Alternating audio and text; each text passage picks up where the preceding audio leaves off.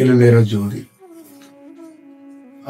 தியானத்துக்குள்ள இருக்கிற ஒரு அனுபவத்தை பற்றியும் நம்ம கூறிக்கிட்டே வரோம். அந்த அனுபவத்தில் இருக்கக்கூடிய ஒவ்வொரு செயல் வடிவத்தையும் தான் நம்ம சொல்ல நினைக்கிறோம்.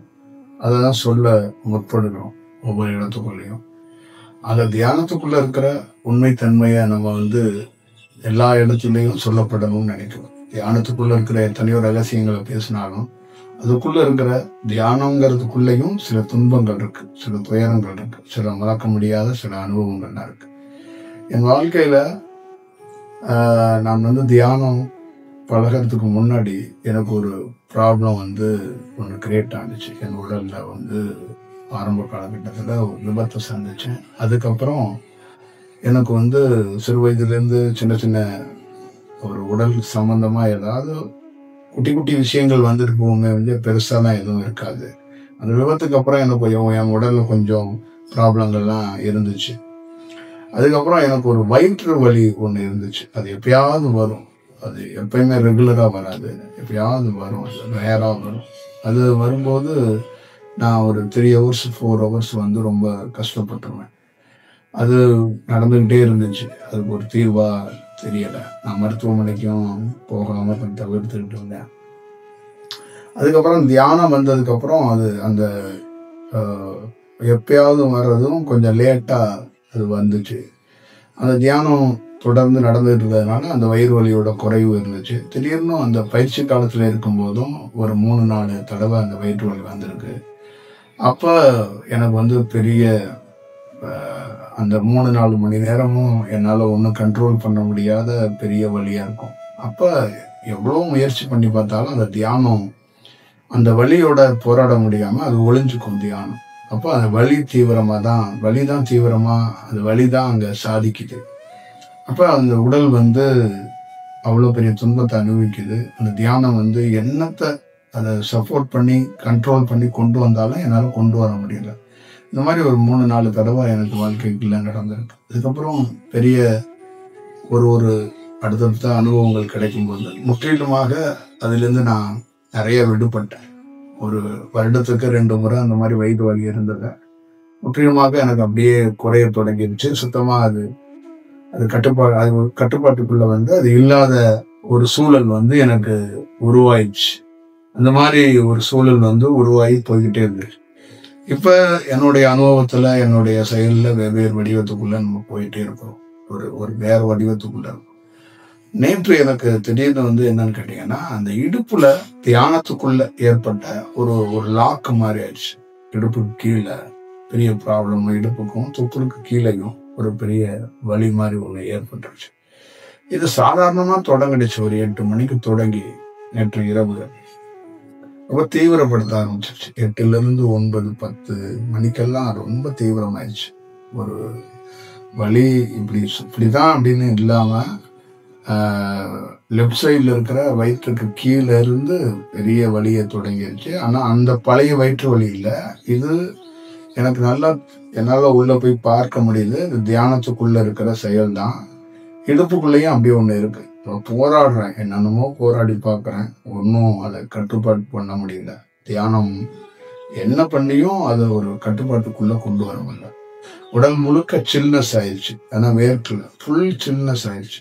ஒரு இடத்துக்குள்ள உட்கார முடியல. உட்கார்ந்து ஒரு ஒரு ஒரு கவனம் செலுத்த முடியல.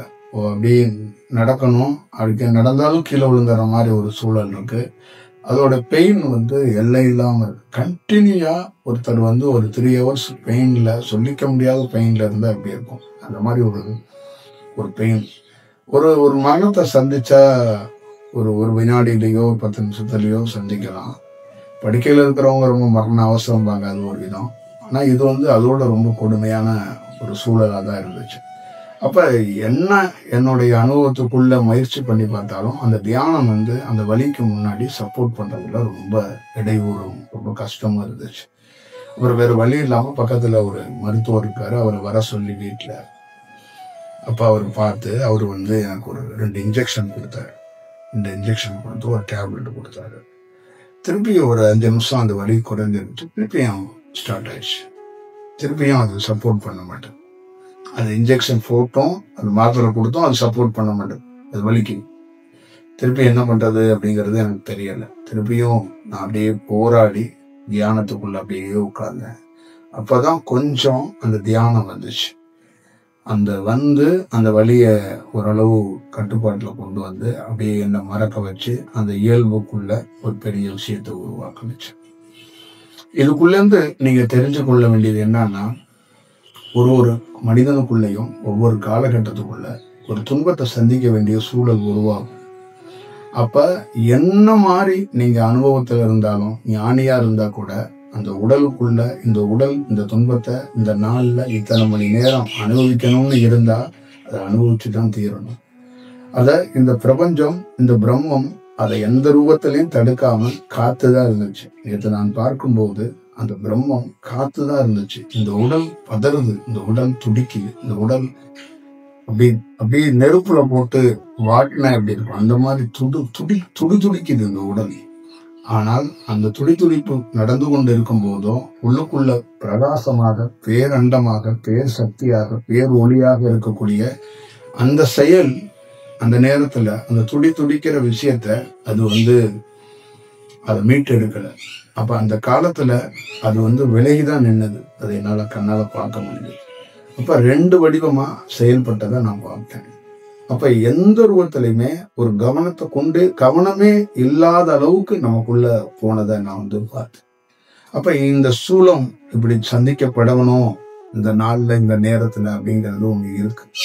இந்த பல நாள் விவேகானந்தர் பல நாட்கள்ல அவர் அந்த நீரழிவு நோய் இருக்கிறதுல, மூச்சு திணறல, உடல்ல ஏற்பட்ட துன்பத்துல பல்வேறுபட்ட இடங்கள்ல அவசரப்பட்டிருக்கிறார். அவரோட காளி பல நாள் டிராவல் பண்ணியிருக்கு, பல நாள் ராமகிருஷ்ணர் டிராவல் பண்ணியிருக்காங்க, பல நாள் சூட்சமத்துல சாரதா தேவி டிராவல் பண்ணியிருக்கிறாங்க, பல அதிசயங்களை கண்டிருக்கிறாரு. திடீர்னு கீதை புத்தகம் படிச்சுக்கிட்டு இருக்கும் போதே சமாதிக்குள்ள போயிடுவாரு. எத்தனையோ ஒரு வியர்ப்புகளை ஏற்படுத்தினவர் விவேகானந்தர். ஆனா அந்த சூழம் படுற அவசரம் போகும்போது எல்லா பேருமே அந்த சூட்சமத்தில் இருந்த அத்தனை குருவும் தன்னோட இருக்கிற சக்தியும் 10 அடி தள்ளி நின்னுக்கும். அப்ப விவேகானந்தர் பண்ற அவசைகள் கொஞ்சம் நஞ்சம் அல்ல. அதே மாதிரி ராமகிருஷ்ணர் அவருக்குள்ள நடந்த அந்த காளி, எப்பொழுதும் விலகாத காளி, அந்த சூழம் துன்பப்படணும் போது காளி விலகி நின்னுக்கிறார்.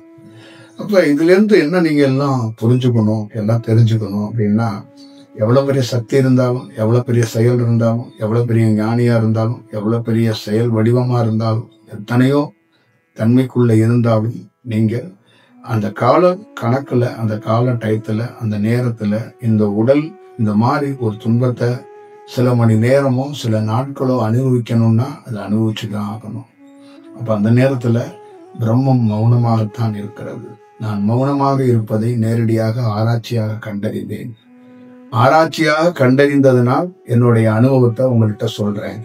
சில இடங்கள்ல உங்களுக்கு தியானம் பண்ற எத்தனையோ பேருக்கு உடல் உபாமைகள் ஏற்படலாம், வலி ஏற்படலாம், மருத்துவரை சந்திக்கிறதுக்கான சூழல் இருக்கலாம், 2 நாள் 3 நாள் நீங்க மருத்துவமனையில் இருக்கக்கூடிய வாய்ப்புகள் இருக்கலாம், சில இன்ஜெக்ஷன் சில டேப்லெட் எடுத்துக்க வேண்டிய சூழல் உருவாகலாம், உங்களை உறவினர்கள் ஒரு மாதிரி சங்கடத்துல பார்க்கலாம், மருத்துவர் நீங்க என்ன பேசினாலும் அவர் நான் தான் சாதித்த மாதிரியும், மருந்து சாதித்த மாதிரியும், ஊசி சாதித்த மாதிரி இருக்கும். சில இடங்கள்ல சில பேருடைய கை ஓங்கி நிக்கிற மாதிரி ஒரு சூழல் உருவாகும். இதை நான் மேற்கோள் காட்டணும்னா, விவேகானந்தருக்கு ஒரு இடத்துல இந்த மாதிரி ஒரு சூழல் நடந்திருக்கு. என்ன நடந்திருக்குன்னா, மாந்திரிகம் பண்றவங்கள்ட்ட இருந்து சில விஷயங்களை இவர் சில பேரை மாந்திரிகத்திட்ட இருக்கிறவங்களை கொஞ்சம் விலகி நிக்க வைக்கிறதுக்கான ஒரு வாய்ப்பை உருவாக்குனாரு. அப்ப வாய்ப்பை உருவாக்கும் போது அந்த மாந்திரிகத்துல இருக்கிற குருநாதர் சொன்னாரு, என்னோட உயர்ந்த குருவா அவரு, உங்க சாமியை நான் என்ன பண்றேன்னு பாரு அப்படின்னு அவருடைய கலையை பயன்படுத்தி விவேகானந்தருக்கு ஒரு சில விஷயத்த செஞ்சார். அப்ப விவேகானந்தர் துடிச்சு போயிட்டாரு. அந்த மாந்திரிகத்தோட கலை விவேகானந்தர் உடலை பாதிச்சிச்சு. அப்ப ரொம்ப கஷ்டப்பட்டு போனாரு. அங்கிருந்து அவர் இருந்த இடத்துல இருந்து குடிபெயர வேண்டிய ஒரு சூழல் உருவானுச்சு. அப்ப ரொம்ப வெக்ஸ் ஆகி போய் காளியையோ ராமகிருஷ்ணரையோ எல்லாத்தையும் அவர் இவ்வளவுதானா நம்ம கற்றுக்கிட்ட சக்தி என்ன, நம்ம சத்தியம் என்ன, நம்ம தர்மம் என்னன்னு புலம்பு தள்ளும் போது சாரதா தேவி இதுக்கெல்லாம் நீ கவலைப்படாத, இந்த கலையை வைத்து அவன் இந்த காலகட்டத்துல இப்படி எல்லாம் செய்யப்படணும்னு இருக்கு, அந்த இடத்துக்குள்ள தர்மத்தோட எல்லா இடத்துலயும் இருந்து நம்ம அணுகணும். எதிரியா இருந்தா கூட அவனை ஒரு நல்ல செயலோட தான் பார்க்கணும்னு நம்ம குருதேவர் சொல்லி கொடுத்துருக்காருல. நீ அமைதியா இதை கடந்து போ, எல்லாம் சரியாயிரும் அப்படிங்கும்போது அதை ஏற்றுக்கொள்ள முடியல விவேகானந்தரால. ஒரு மாந்திரிகம் பண்றவன் ஒரு ஞானியை இப்படி எல்லாம் செஞ்சிட முடியுமா, கஷ்டப்படுத்திட முடியுமா? நான் விவேகானந்தர் அதை கடந்து வந்தார். அதுக்கப்புறம் வெகு சில நாட்கள்லயே அது கடந்து போயிடுச்சு. இப்ப இதோடைய பொருள் என்னன்னா, ஒரு மருத்துவரோ சுத்தி இருக்கிற உறவுகளோ நம்ம பெரிய ஒரு அனுபவத்துல இருக்கும்போது, யாரெல்லாம் தியானம் பண்றீங்களோ எங்கேயாவது இடத்துல உங்க உடல் செட்பேக் ஆகும்போது, என்னாச்சும் உங்க சாமி, என்னாச்சும் உங்க கடவுள், என்னாச்சும் உங்க குருநாதர் கைவிட்டுட்டாரா, ஹாஸ்பிட்டல் வந்துட்டீங்க, நாங்க தான் காப்பாற்றணும் அப்படிங்கிற ஒரு சூழல் கூட சொல்லப்படலாம், பேசப்படலாம், டிஸ்கஷன் உருவாகலாம், உங்க உறவு கூட சொல்லலாம். ஆனா இதுக்கெல்லாம் முக்கியமானது என்னன்னா, நீங்க தெரிஞ்சு கொள்ள வேண்டியது என்னுடைய அனுபவத்திலிருந்து, தர்மத்தை எப்பொழுதுமே பிரம்மம் மீறுவதில்லை, அங்கேயும் பிரம்மம் ஜெயிக்குது. எல்லா இடத்துக்குள்ளேயும் ஒரு சூலம் ஒரு இடத்துக்குள்ள ஒரு உடலா எடுக்கப்பட்டது. ஒரு உடல் பூலோகத்துல பூமிக்கு பணி செய்கிற உடல், அந்த உடல் தன்மையிலே இருக்கிற வரைக்கும், உடல் என்னைக்கு அந்த அந்த பிரணவ தேகம் தன்மைக்கு மாறி அந்த உடலை கரைக்கிற தன்மைக்கு மாறுற வரைக்கும் இந்த உடலுக்குள்ள சில உபாமைகளை அந்த உடல் சந்திக்கும் போது, அது சந்திக்கப்படணும் இந்த காலத்துல, இந்த ரேடியேஷன்ல, இந்த கிரகத்துல அப்படின்னு இருக்கும்போது, அதோடைய சந்திப்பு, அதோடைய துன்பத்தை, ரொம்ப நாள் இருக்கிற துன்பத்தை குறைக்கிறாங்க, ரொம்ப மணி நேரம் இருக்கிற துன்பத்தை குறைக்கிறாங்க. ஆனா அது நிகழப்பட்ட ஆகணுங்கும் போது அதற்கு இடையூறு கொடுத்துறாங்க. அந்த பிரம்மம் தன்னுடைய சக்தியை என்ன பண்ணுங்க, முழுசா எடுத்துட்டு போய் பக்கத்துல நின்றுது. அப்பையும் அது தர்மத்தோடு தான் செயல்படுது, தர்மத்தை மீறவே இல்லை, தர்மத்தை மீறுறதே கிடையாது. அப்ப இந்த பிரம்மம் இந்த மாதிரி ஒரு கால வரையறை வைத்து தான் செயல்படுது. அப்ப நம்மளுடைய தியானத்துக்குள்ள என்ன செயல் இருந்தாலும் சில காலத்துல சில சூழல்ல இந்த மாதிரி நம்ம சந்திக்க வேண்டிய ஒரு சூழல் உருவாகும். அப்ப அந்த மாதிரி இடத்துல கூட நீங்க எதுக்காக இந்த மாதிரி உங்களுக்கு சொல்லப்படுதுன்னா, ஒவ்வொரு மனிதனும் ஒவ்வொரு இடத்துல ஒவ்வொரு விதமா அவனுடைய உடலுக்கு சில துன்பங்கள் வரும். ஆனா நீ அந்த துன்பம் நிரந்தரம், அந்த வலி நிரந்தரம் அப்படின்னு நினைச்சிடாத. நிச்சயமா சில மணி நேரத்திலயோ சில நாட்கள்லயோ அதுல இருந்து நீ விடுபட்டுருவ, நிச்சயமா விடுபடுவ. அதனால அதை காத்திருக்கணும். ஆனா அந்த துன்பம் வார்த்தையால சொல்ல முடியாது. ஏன்னா நேற்று நான் அனுபவித்தது மாதிரி என் வாழ்நாள்ல இந்த சூலம் உருவான காலத்திலிருந்து நான் அப்படி அனுபவிச்சதே கிடையாது. அப்படி ஒரு துயரத்தையும், அப்படி ஒரு வலியையும், அப்படி ஒரு பெயினையும், அப்படி ஒரு துயரமான ஒரு சூழலையும் நான் அனுபவித்தேன். ஆனால் அந்த அனுபவித்ததுக்கு அப்புறம் அது இருந்ததும் எந்த இடம் தெரியாம போயிடுச்சு. அது இருந்தது மாதிரி தெரியல, இயல்புக்குள்ள நான் வந்துட்டேன், அதுக்குள்ள நான் இல்லை. அப்ப அதை பிரம்மம் என்ன சொன்னதுன்னா, அது ஒரு விபத்தா நீ நினைச்சு அதை கடந்து போ, அதை பெரிதாக எடுத்துக்கொள்ளாது. இதே ஒரு மனிதனாக இருந்தா அதை பெரிதா எடுத்துக்கொண்டு அதை டிஸ்கஷன் பண்ணி குருகிட்டையோ இறைவன்கிட்டையோ கோச்சுக்குவோம். நம்ம பிரம்மத்துக்கிட்டையோ பிரபஞ்சத்துக்கிட்டோ யார்கிட்ட போய் கோச்சுக்க முடியும்? அதையும் அனுபவிக்கணும், அதையும் பார்க்கணும். ஒரு துன்பம் எப்படி இருக்குங்கிறத நம்ம பார்த்தே தீரணும். அந்த துன்பத்துக்கான பல காரணங்கள் இருக்கிறது. வெறும் இன்பத்தையும் வெறும் அதிசயத்தையும் வெறும் சிரிப்பை மட்டுமே ஒரு ஞானியால கொடுத்துட முடியாது, ஒரு ஞானி செஞ்சிட முடியாது. ஒரு ஞானிக்கும் ஒரு சராசரி மனிதன் மாதிரி சில இடத்துல சில துன்பத்தை அனுபவிக்கப்பட்டே ஆகணும்னா அனுபவிக்கப்பட்டதாகும். நேற்று மாத்திரை, ஊசி, மருத்துவர் சாதித்தார்கள், நான் நேற்று தோற்றேன். நான் இந்த சில மணி நேரம் தோற்க வேண்டிய சூழல் இருக்கிறது, தோற்றுதான் ஆகணும். அப்ப தோற்று இருக்கும்போது அந்த தோல்வியை ஒற்றுக்கொண்டு இந்த சூழம் தோற்கப்பட ஆக வேண்டும் அப்படிங்கிறதுக்காக உள்ள இருக்கிற பரிபூர்ணமான சக்தி 10 அடி தள்ளி நின்று அது தோற்கட்டும், அது தோற்று முடிக்கட்டும் அப்படின்னு காத்திருந்துச்சு. இப்ப நாங்கள் தோற்கப்பட்டோம். மருத்துவரும் அந்த இன்ஜெக்ஷனும் அந்த மாத்திரையும் ஜெயிக்கப்பட்டது. 4 மணி நேரம் 5 மணி நேரம் கழிச்சு திருப்பி உள்ள வருகிறது. அந்த வேலை முடிந்து விட்டது. அந்த இடத்துக்குள் இருக்கின்ற செயல் வடிவம் முடிந்து விட்டது. இனி அடுத்த ஒரு செயல் வடிவத்துக்குள் நான் எப்போயும் போல் நாம் இயல்பாக பயணிப்போம் என்று அந்த சக்தி பயணிக்க தொடங்கிடுச்சு. அந்த சக்தியை பொறுத்த அளவுக்கு எதுவுமே நிகழாதது போல ஒரு சூழலை உருவாக்குது. இதெல்லாம் ஒரு விஷயம் இல்லது போல ஒரு சூழலை உருவாக்குறது. அப்ப ஒவ்வொரு தனி மனிதனுக்குள்ளேயும் எனக்கே இவ்வளவு பெரிய செயல் வடிவம்னா ஒரு சராசரி மனிதனுடைய நிலையை நினைத்து பார்க்கும்போது ரொம்ப கடினமா தான் இருக்கு, ரொம்ப சவாலா தான் இருக்கு. தியானம் இல்லாத போது, நம்பிக்கை இல்லாத போது, எவ்வளவு பெரிய பெயின்ல அவனுடைய உடல்ல இருக்கிற உபாமைகளை வைத்து அவன் கடக்கிறதுங்கிறது ஒரு சாதாரண விஷயம் இல்லை. ஆனால் அது கடக்கப்பட்டு ஆக வேண்டும் என்று நீதி என்பது தெரிந்து கொள்ளுங்க. எவ்வளவு பெரிய இறைவன், எவ்வளவு பெரிய சக்தி! நான் பார்த்த பிரம்மாண்டமான சக்தி, இந்த உலகத்தில் யாரும் பார்க்க முடியாத ஒரு பிரம்மாண்ட சக்தியே என்னுடைய வழி வரும்போது 10 அடி தள்ளி நின்றதை நான் பார்த்தேன். இவ்வளவுதான் விஷயம். இப்ப தாய் தந்தைக்கு முன்னாடி நம்ம தாய் தந்தை நிக்கிறாங்க. அதுக்கு முன்னாடி ஒரே ஒரு பையன் ஓடி வந்து நம்மளை கத்தியில குத்த வரான். சின்ன பையன் தான். நம்ம தாய் தந்தை நினைச்சிருந்தா அந்த சின்ன பையனை வந்து தடுத்திருக்கலாம், அந்த சின்ன பையனை வந்து அடிச்சிருக்கலாம், அவன் கத்தியை பிடுங்கியிருக்கலாம். ஆனா தாய் தந்தை அப்படியே நிக்கிறாங்க. அதே போலதான் நேற்று நடந்த நிகழ்வுகளும். இதெல்லாம் நிகழப்படணும் அப்படிங்கிறது தான். இதே மாதிரி தியானம் பழகிற ஒவ்வொருத்தருக்குள்ளேயும் ஒவ்வொரு விஷயத்தையும் நீங்கள் தெரிந்து கொள்ள வேண்டும். அப்ப துன்பம், துயரங்கள் எல்லாம் இந்த உடலுக்கு கண்டிப்பா ஒவ்வொரு இடங்கள்ல நமக்கு கொடுக்கப்பட்டிருக்கு அந்த கால வரையறையில. அதை நம்ம உன்னதத்தோட எதிர்கொள்ளணும். உன்னதத்தோட மீண்டும் அதிலிருந்து வர்றதுக்கான வாய்ப்பை உருவாக்கிக்கணும். நம்மளை செப்பேக்கு ஆய்க்க கூடாது. இந்த மாதிரி சூழல்ல எல்லாம் குருவையோ நாம வழிபடுகிற கடவுளையோ உதாசனப்படுத்துறதோ, இல்ல அவங்க மீது பழி போடுகிறதோ, இல்லை அவங்கள நம்ம ஏளனமாக பேசுவதோ, இல்லை நாமளே நம்மளை தாழ்த்தி கொள்கிறதோ கூடாது. இந்த மாதிரி நேரத்துக்குள்ள நம்ம ரொம்ப வலிமையோட போராடணும். மரணம் என்பது ஒரு எளிமையான செயல். ஆனால் துன்பம் மரணத்தோட மோசமானது. எல்லாரும் மரணம் ரொம்ப மோசமானது நினைப்பாங்க. மரணம் சும்மா சாதாரணது. மரணம் போய்விடும். ஒரு எளிதாக ஒரு வினாடியில் நடப்பது மரணம். ஆனால் துன்பம் என்பது ரொம்ப மோசமானது. உலகத்திலே சந்திக்க முடியாத ஒரு செயல் என்பது. ஒரு உடல்ல இருக்கிற சில உறுப்புகள் இருக்கு. கிட்னி, கணையம், கல்லீரல், மண்ணீரல் அப்படின்னு உடலுக்குள்ள நிறைய உறுப்புகள்லாம் இருக்கு. சின்ன சின்ன உறுப்புகளாக தான் இருக்கும். ஆனா அதோடைய வலிகள் தொடங்கும் போது அது இந்த பூமியோட பெருசு மாதிரி தெரியும். அது வலி எப்போ ஒரு மனிதனுக்கு கொடுக்குதோ அப்பதான் அதோடைய வீரியம், அதுக்குள்ள இருக்கின்ற அரக்கத்தன்மை வெளிப்படுறத அப்பதான் பார்க்க முடியும். இது பாட்டுல பூ போல உணவு அருந்திக்கிட்டு பூ போல நம்ம வாழ்க்கையை நடத்தும் போது ஒன்றும் தெரியாது. அதுக்குள்ள ஒரு செட்பேக் ஆகும்போது, அதோட வீரியத்தை காட்டும் போது அதோட சைஸ் ரொம்ப பெருசா தெரியும். இதய நோயா இருக்கட்டும், வயிற்றில் இருக்கிற குடல் சம்பந்தமான இருக்கிற நோயா இருக்கட்டும், சிறு கல் உண்டாகி கல்லுன்னு சொல்லுவாங்க, அந்த கல்லடப்புன்னு அது கூட இருக்கட்டும், எல்லாமே ஒரு பெரிய துயரத்தையும் பெரிய துன்பத்தையும் அதோடைய ஆக்ரோஷத்தை அது காட்டுறதுக்கான வாய்ப்புகள் உருவாகும். அந்த மாதிரி காலகட்டத்துக்குள்ளேயும் ஒரு துன்பம் நிறைந்த அந்த உடல் சந்திக்கப்பட வேண்டிய சூழலை நாம் சந்திக்கப்பட்டு தான் ஆக வேண்டும். அது நிரந்தரம் அல்ல. அதையும் நீங்கள் புரிந்து கொள்ள வேண்டும். இது எதற்காக உங்களுக்கு நான் சொல்லப்படுகிறேன் என்றால், வெறும் ஒரு புத்துணர்ச்சியை ஏற்படுத்துற மாதிரியும் ஒரு மோட்டிவை ஏற்படுத்துற மாதிரியும் ஒரு நல்ல தியானத்தை ஏற்படுத்துறது மட்டும் வேலை இல்லை.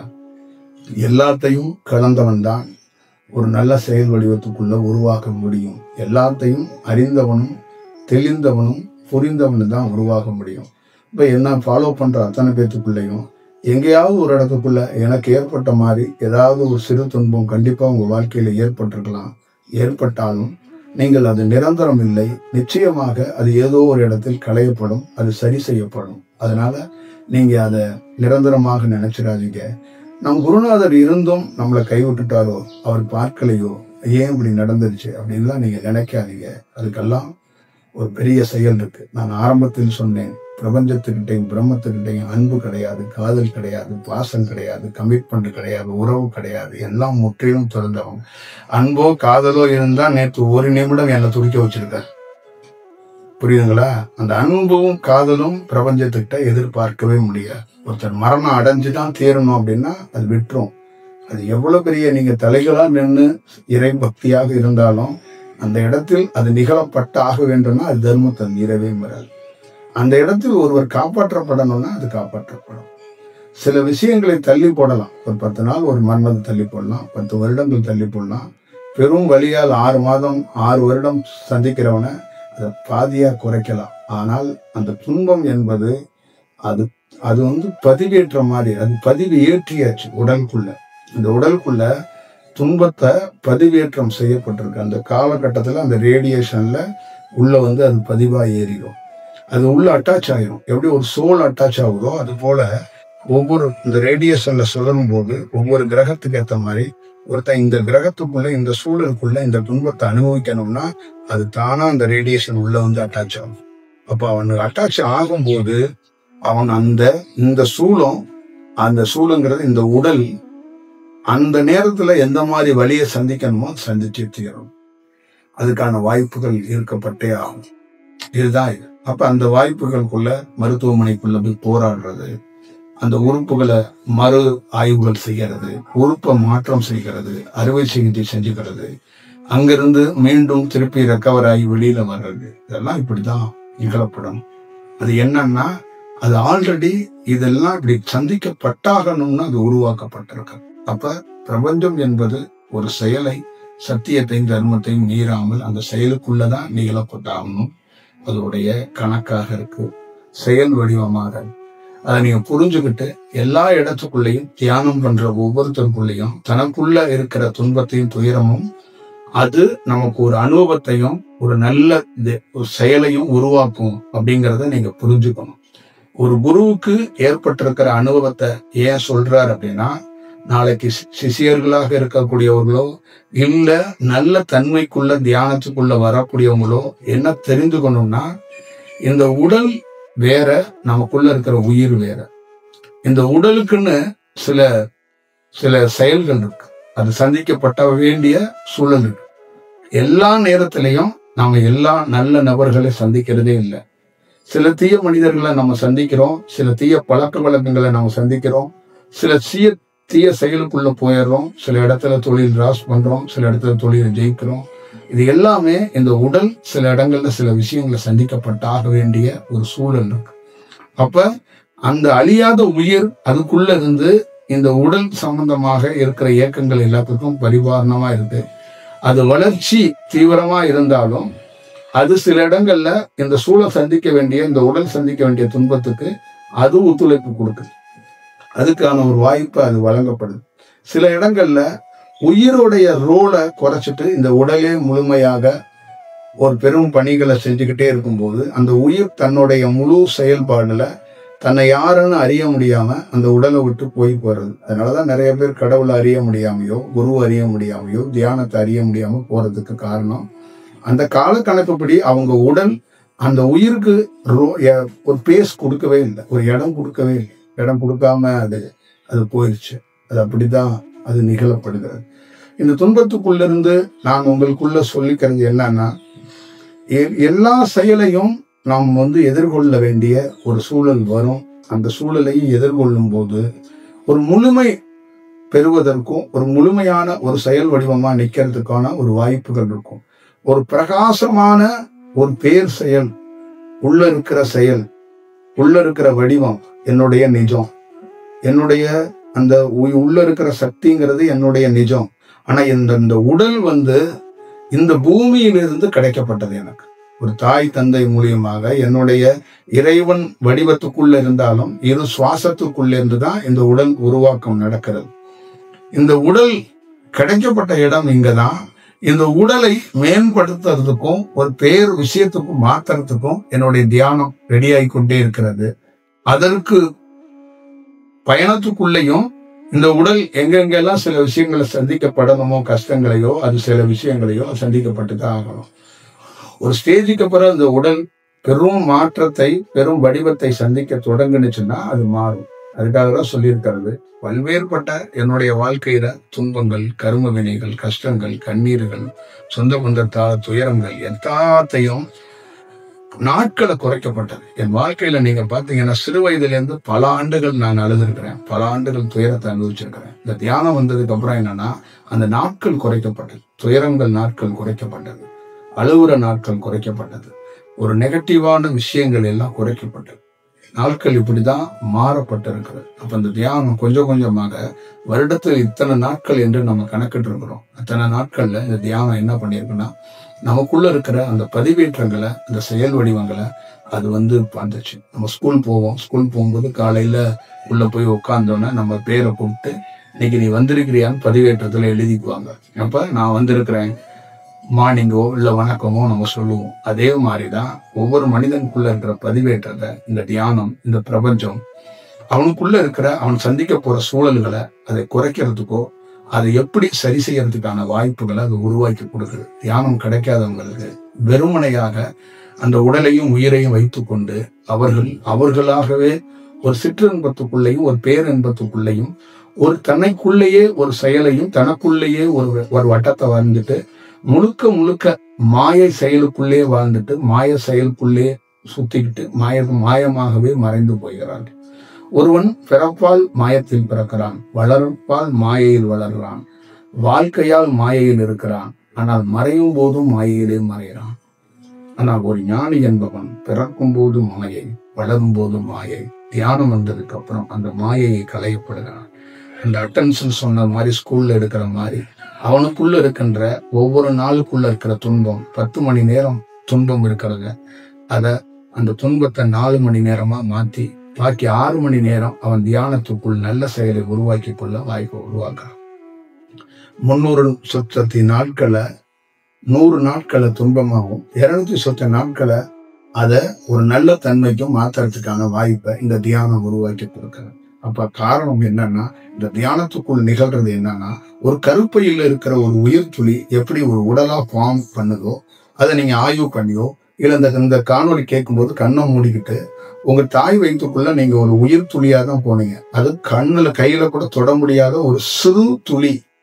அதை நீங்க லென்ஸ் வச்சுதான் பார்க்கணும். அப்படி ஒரு உயிர் துளியா போய் எப்படி இப்படி ஒரு உடல் எடுத்தீங்க, எப்படி இப்படி ஒரு கண் மாறுனுச்சு, எப்படி காது வந்துச்சு, எப்படி மூக்கு வந்துச்சு, அதே போலதான் நீங்க கண் மூடி பாருங்க. அந்த உடல் எப்படி ஃபார்ம் ஆகி உள்ளுக்குள்ள வயிற்றுக்குள்ள கருப்பையில வளர்ந்து உங்க தாய் வயிற்றுக்குள்ள ஒரு உடலா எடுத்து எல்லா கை கால் எல்லாமே பக்காவா வளர்ந்ததுக்கு அப்புறம் தான் நீங்க 9 மாதத்துக்குள்ள அந்த 10வது மாதத்துக்கு இடையில வெளியில வருவீங்க. அதே போலதான் இந்த பிரபஞ்ச பேராற்றல். அங்க என்ன நிகழ்ந்துச்சு அப்படின்னா, சந்திரக்கலை சூரியக்கலை இந்த 2 செயல் வடிவத்துக்குள்ள ஒரு உடலுடைய ஃபார்மேஷன் வளர்ச்சி இருக்கு. இந்த 2 இதுல ஒரு உடல் வளரப்படுது. இந்த 2 சுவாசத்துல வெப்பமும் கூலிங்கும், இந்த 2 செயல்ல ஒரு உடலுக்கு வளர்ச்சி, ஒரு உடலுக்கு உறுப்பு எடுக்கிறது, எல்லா செயலும் எடுக்கிறதுக்கான வாய்ப்புகள் கொடுக்கப்படுகிறது. உணவு மற்ற செயல் எல்லாமே ஒரு எனர்ஜிக்கு செயலா இருந்தாலும் மெயின் செயல் வடிவம் இங்கிருந்து தான் கிடைக்கப்படுது. அதே போலதான் இந்த 2 கலையால அந்த உடல் எப்படி உருவானுச்சோ அதே மாதிரிதான் இந்த துன்பத்தை களையறதுக்கும் துன்பத்தை மாத்துறதுக்கும் துன்பத்தை குறைக்கிறதுக்கும் மரணத்தை கரெக்ட் பண்றதுக்கும் மரணத்தை குறைக்கிறதுக்கும் வாய்ப்புகளை உருவாக்கப்படுகிறது. அப்ப என்னுடைய ஃபைலை எடுத்து பார்க்கும்போது என் ஃபைல் முழுக்க துன்பம் தான் இருக்கு. எல்லா ஏடுகள்லையும் எடுத்து படிச்சு பார்த்தாச்சு, எல்லா பக்கமும் எடுத்து பார்த்தாச்சு. அந்த 300 சொச்ச நாட்கள்லையும் துன்பங்களும் துயரங்களை அனுபவிக்க வேண்டிய ஏடுகளா என்னுடைய ஏடு இருக்கு. அப்ப அந்த ஏடுக்குள்ள சந்திரக்கலை சூரியக்கலை என்ற தியானத்தை வைத்து அந்த ஏடை கொஞ்சம் சரி செய்யறதுக்கான வாய்ப்புகளை உருவாக்குவோம். அப்ப சில வார்த்தைகள் அங்கிருந்து எடுக்கப்படுகிறது, சில வார்த்தைகளை மொத்தமா அழிச்சிட்டு அதை எம்டி தாளாக மாற்றப்படுகிறது. அப்ப அந்த மாதிரி சூழ்நிலைகள் எல்லாம் நான் ஒன்றும் இல்லாதவனாக ஏதுமற்றவனாக மனிதனாகவே இல்லாமல் நான் ஒரு தொலைந்து போனவனாக நான் ஒரு பட்டாம்பூச்சியாக பறந்து போனவனாக சில நாட்கள் இருந்திருக்கிறேன். அப்ப மோசமான துன்பமான ஒரு சூழல் இருக்கக்கூடிய ஒரு நோட்ல சில பக்கங்கள் எம்டியாவே இருக்கு. அதுதான் அந்த மாதிரி தியானங்கள் உருவானது. அப்ப இந்த மாதிரி ஒரு சூழல் நிச்சயமாக கிடைக்கப்படும், இந்த மாதிரி நிச்சயமா இருக்கப்படும். அதனால நம் வாழ்க்கை மனிதன் ஆணா இருக்கட்டும் பெண்ணா இருக்கட்டும் துன்பம் தான். நீ கோடீஸ்வரனாரு, நீ ஏழையா இரு, நீ எப்படியா வேணாலும் இரு, 6 மாசமோ 6 வருஷமோ ஏதோ ஒரு இடத்துல நீ எத்தனை லட்சம் கோடி வைத்திருந்தாலும் உன்னை ஒரு நாள் துன்பம் ஆட்கொள்ளும், ஒரு நாள் உன்னை துயரம் ஆட்கொள்ளும். எத்தனை வித எவ்வளவு பெரிய எக்ஸ்பர்ட் உன்னை மருத்துவர் கண்காணிச்சாலும் நீ அழுக வேண்டியவனாக இருந்தால் நீ அழுதே தீர வேண்டும். நீ துன்பத்தை சந்தித்தே தீர வேண்டும். இந்த உலகத்தில் பிறக்கப்பட்ட எத்தனையோ விஞ்ஞானி, டாக்டர், எத்தனையோ தலைவன், எல்லா பேருமே எல்லா எக்யூப்மெண்ட்டும் இருந்தும் எல்லா சூழலும் இருந்தும் ஒரு இடத்தில் அழுவான், ஒரு இடத்தில் செய்வான். ஆனால் ஞானியாகப்பட்டவன் அவன் அழுவான். அந்த அழுவைக்கு என்ன காரணம் என்று ஆராய்ச்சி செய்வான். நான் துன்பம் வந்த போது என் துன்பம் என் சக்தியுடைய 2ஐயும் கம்பேர் பண்ணி 2ஐயும் ஈக்குவல் பண்ணி 2ஐயும் ஒரு விஞ்ஞானி மாதிரி ஆராய்ச்சி பண்ணினேன். இது என்ன இது என்ன உடல் 3ஐயும் பிரிச்சு வச்சுக்கிட்டு ஒரு ஆய்வு நடத்தினேன். அந்த ஆய்வு நடத்துறதுக்கு காரணம் இதுதான். அப்ப துன்பம் வரும்போது எப்படி போர் பண்ணணும், எப்படி எதிர்கொள்ளணும். அப்ப துன்பம் வரும்போது ஒரு போர் வீரனா இருந்தாலும் ஒரு நாள் அவன் தலை கூட அந்த போரில் வெட்டப்படும். அப்ப என்ன பண்ண முடியும்? அவனுடைய பெரிய வீரன், ஒரு நாள் அவன் தலை வெட்டுப்படும். அப்ப கீழே மடிந்து உழுவான். எத்தனையோ போர்க்களத்துல பல தலைகளை வெட்டினவன் இன்னைக்கு அவன் தலை வெட்டப்பட்டு கீழே விழுவுது. அது போல எத்தனையோ உயிர்களை காப்பாத்தி கொண்டே இருக்கிற எத்தனையோ அதிசயங்களையும் அற்புதங்களையும் நிகழ்த்தக்கூடிய நாம ஒரு இடத்துல துன்பத்துக்கிட்ட மாட்டிக்கிட்டு போர் செஞ்சு அந்த போர்ல துன்பம் ஜெயிக்குது, நான் துவண்டு போய் விழுந்துருவனோ அப்படின்னு நிற்கும் போது அந்த பல மணி நேரம் நான் விழுவேன், பல மணி நேரம் கழித்து அதே போர்ல தலை துண்டாடப்பட்ட ஒருத்தன் தலையோட திருப்பி எழுந்தா எப்படி இருக்கும்? அந்த மாதிரி மீண்டும் அந்த ஒரு ஞானிக்கான வாய்ப்புகள் வழங்கப்படுகிறது. காரணம் அவனுடைய தியானம். அப்ப உங்களுடைய துன்பத்துக்குள்ள மருத்துவமனையில நீங்க அட்மிஷன் ஆயிருந்தாலும், வீட்டுல இருந்தாலும், எங்க இருந்தாலும் உங்கள் துன்பம் ஒரு நாள் அது மொத்தமாக அதையும் நீங்க ஒரு நாள் வெல்வதற்கான வாய்ப்பு இருக்கும். ஆனா அந்த துன்பத்தை நீங்க அனுபவிக்கையும் கத்துக்கணும். அந்த நேரத்துக்குள்ள நீங்க கவலைப்படாதீங்க, அதை நம்ம சந்திக்கப்பட்டாகணும் அப்படிங்கிறது உண்மை. என் வாழ்க்கையிலிருந்து உங்களுக்கு சொல்றேன், எல்லாமே உங்களுக்கு சொல்லப்பட்டாகணும், எல்லாமே நீங்க தெரிந்து கொள்ளணும். ஒரு பிராக்டிக்கலா தெரியாம சில மருத்துவர்கள், நீங்க சாமியா இருக்கீங்க, நீங்க குருவா இருக்கீங்க, ஏன் உங்களை காப்பாத்திக்க முடியல அப்படின்னு அவங்க சொல்லலாம். ஆனா இந்த பிரபஞ்சத்துக்குள் இருக்கின்ற பேரு ரகசியத்தை ஆய்வு செய்திருந்தா ஒரு டாக்டரும் பேச மாட்டாரு, டாக்டரை சுத்தி இருக்கிறவங்களும் பேச மாட்டாங்க. இந்த பிரபஞ்சம் என்பது நீதி தவறாதது, நேர்மை தவறாதது, சத்தியம் தவறாதது, தர்மம் தவறாதது. அதுக்கே அது தண்டனை கொடுத்துக்கணும்னாலும் அது கொடுத்துக்கும். அதுதான் அதோடைய பெரிய பெசல். நான் பார்த்ததான், பிரம்மமே இங்கு அவதரித்து வந்தாலும், சிவனே அவதரித்து வந்தாலும், நாராயணனே அவதரித்து வந்தாலும், அவன் இந்த கோள்கள் படி சில துன்பங்களை சில மணி நேரமோ சில நாட்களோ அனுபவிக்கணும்னா அதை அனுபவித்து தான் ஆக வேண்டும். அது ஒன்றும் பண்ண முடியாது. அதை பார்த்துக் கொள்ளுங்கள். எப்பொழுதும் ஞாபகம் வைத்துக் கொள்ளுங்கள், நான் சொல்வதை மறந்து விடாதீர்கள். ஒன்னே ஒண்ணுதான், பிறப்பால் மாயை, வளர்ப்பால் மாயை, வாழும் போதும் மாயை, இறக்கும் போதும் மாயையாக இறந்து போகாதே. இதில் நீ எதை சரி செய்ய போகிறாய்? பிறந்ததுக்கு அப்புறம் நீ வளரும் போது மாயை அழிக்க போகிறாயா, இல்ல வளர்ந்து நீ வாழ்ந்து கொண்டு இருக்கும் போது மாயை அழிக்க போகிறாயா, இல்லை இறப்பதற்கு முன்பு மாயை அழிக்க போகிறாயா? நீ பார்த்துக்கொள். இந்த உலகம் முழுக்க வாழ்ந்த எத்தனையோ பெரும் தலைவர்கள், பெரும் விளையாட்டு வீரர்கள் எல்லா பேரும் அவன் தொழிலில், அவன் செல்வாக்கில் சுத்தி இருக்கிற மனிதர்களை சந்தோஷப்படுத்தினா, மகிழ வச்சான், ஜெயிச்சான். ஆனா அது மாயைகிட்ட இருந்து அவன் ஜெயிக்கவே முடியல. எல்லா பேரும், நீங்க இந்த உலகத்தில் ஆண்ட அத்தனை பேரும், சரித்திர புருஷர்கள்னு சொல்லக்கூடிய புத்தகத்தில் நீங்க படிச்ச அத்தனை பேரும் மாயையிடம் போக்கவர்கள். அதனால்தான் அவங்க மரணம் கூட, அவங்க உடல் கூட வேற மாதிரி போயிடுச்சு. அதனால் நீங்க பார்த்துக் கொள்ளுங்கள், மாயையிடம் நாம் எப்பொழுதும் எந்த சூழலையாவது ஒரு காலகட்டத்திலேயாவது அதை வெல்லணும், அதிலிருந்து மீளணும். அதுதான் உண்மை தியானம், உண்மை செயற்குரியது. தியானத்தையும் மாயையாக பண்ணி மாண்டு போவாதீர்கள். தமிழ்நாட்டில், இந்தியாவில், உலகத்தில் சிறந்த தியானம் என்பதே மாயை தியானமா தான் இப்ப இருக்கு.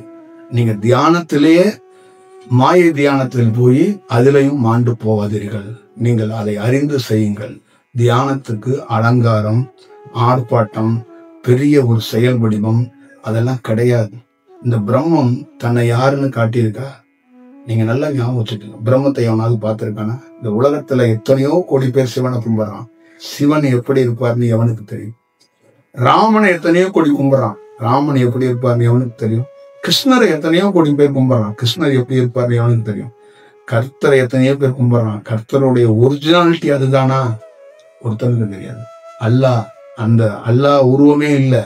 அது என்ன மாதிரி வடிவத்துல ஒளியா இருக்கு, அது என்ன கலர்ஸ்ல இருக்கு, என்ன மாதிரி இருக்கு, அது நட்சத்திரமா இருக்கா, என்ன மாதிரி இருக்கு, மூணா இருக்கிற அந்த மூணு எப்படி இருக்கு, யாருக்கும் தெரியாது. இதெல்லாம் இதெல்லாம் பார்ப்பது ரொம்ப அரிது. அப்ப இதுக்குள்ள என்ன இருக்கு? அப்ப அந்த நிஜத்தை அறியறது அவ்வளவு சாமானியம் கிடையாது. அப்ப இது நிஜம். இந்த நிஜம்தான் ஒவ்வொரு நாளும் வழி நடத்துது. இந்த நிஜம்தான் உன்னை தூண்டி தியானம் பண்ணையோ ஒரு இடத்துக்கோ வர வைக்குது. ஆனா நிஜத்தை பார்க்கவே முடியல. ஆனா மாயை நிஜம் மாதிரியே உன் கையை பிடிச்சுக்கும், உன்னை கவரும், உன்னை சுண்டி இழுக்கும், வாங்கும். கோடிக்கணக்கான பேர் பக்தர்களா இருக்கலாம், ஃபாலோவர்ஸா இருக்கலாம், எல்லாம் நடக்கலாம். ஆனா அது நிஜமா அப்படிங்கிறது வேணும். ஏன்னா நிஜமான பிரம்மம் நான் தான் பிரம்மம், நான் தான் நிஜங்கிறத யார் கண்டுபிடிக்க முடியுது? அவ்வளவு சாமானியமா கண்டுபிடிக்க முடியாது. அதுவே ஒரு நிஜமான பொருளே நிஜம் இல்லாத மாதிரி உன் தெருவுலயே ஒன்ன கிராஸ் பண்ணி போகும். உன்னால கண்டறிய முடியாது.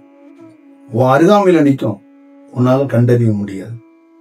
இதுதான் இதுக்குள்ள இருக்கிற செயல். அதனால் நீ எப்பொழுதும் எப்படியும் எல்லா சூழலையும் கண்டறிந்து தெளிவடைந்து ஒரு தெளிந்த நீரோடையாக பிரயாணத்தை மேற்கொண்டா நல்லா இருக்குங்கிறது என்னுடைய கருத்து. ஏன்னா எல்லா சூழலுக்குள்ளேயும் எது வேணாலும் நிகழும். அந்த நிகழ்வுகளை தெளிவுபடுத்த வேண்டிய பொறுப்பும் கடமையும் ஒவ்வொரு மனிதனுக்குள்ளேயும் நீங்க பார்த்துக்கணுங்கிறது தான் என்னுடைய அனுபவத்திலிருந்து நான் சொல்றேன். வாய்ப்பு கிடைத்தா நேரடியாகவோ காணொளி மூலியமாவோ சந்தி